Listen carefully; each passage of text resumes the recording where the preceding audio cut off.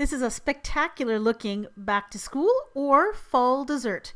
Caramel apple cupcakes in a jar. Let's see what's cooking. It's time for yoyomax12.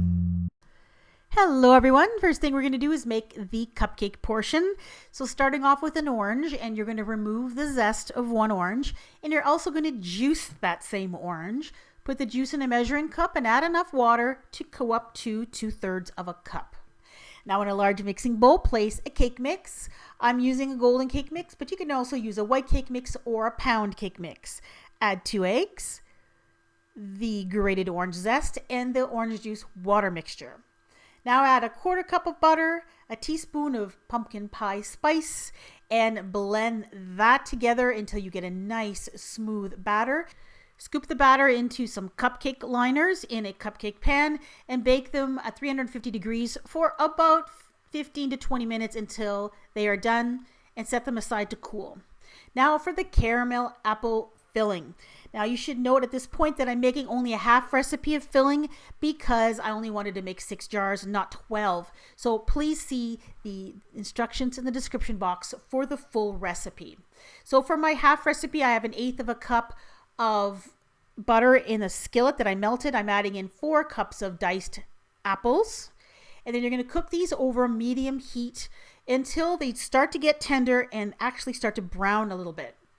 Now for a half recipe, you need 6 ounces of caramel. I took out a 1/4 cup of that, poured it in with the apples, and then continued to cook and stir over medium heat until the apples were completely tender. And then I added in the remainder of that 6 ounces of caramel, give it a good stir, and then set it aside to cool completely. While you're waiting for all that to cool, you can make your cream cheese frosting. Once again, I'm making a half recipe of frosting. Full recipe will be in the description box. 4 ounces of cream cheese and 1 cup of butter. Blend that together until nice and creamy, and then you're going to add in 3 cups of confectioner's sugar and a teaspoon of vanilla. And then blend that until it is nice and creamy and fluffy. Now here are the cupcakes done and cooled.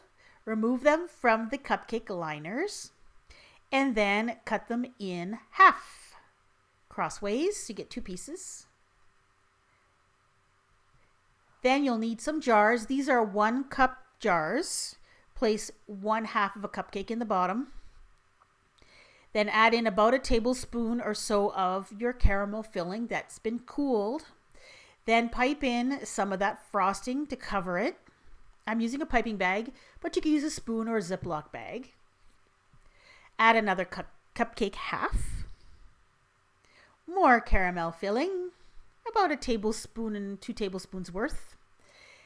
Then a little bit more frosting. Now if you want, you can stop it right here and just throw a lid on top of that and put it in the refrigerator and then let it chill and then serve it.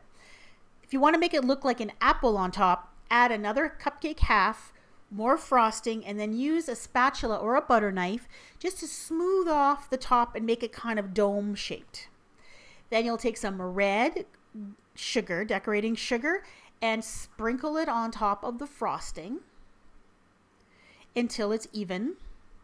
And then to decorate further, you could use a little piece of pretzel. I'm using Tootsie Rolls that I've just taken a small piece and molded it into an apple stem shape, pressed it into the top, and then added a little green gumdrop that I carved into a leaf shape using a pair of scissors. And just place it on top, and then put this in the refrigerator until it's ready to serve. And there they are. I was really happy with the way these turned out. They look so cute when they're together in a group like that. And it really does look like a little apple on top. These are delicious. That caramel apple filling is really, really good and goes very well with the cream cheese frosting and the spiced cupcake. Now, if you don't want to use a cake mix for this, you can use your own vanilla cupcake recipe. Just add in a teaspoon of the pumpkin pie spice mix, and you can substitute the milk or water in the recipe with the orange juice if you'd like. It just adds a really great flavor to them. If you enjoyed this recipe, I hope you subscribe to my channel to see more. I have new videos every single week. Thank you so much for watching.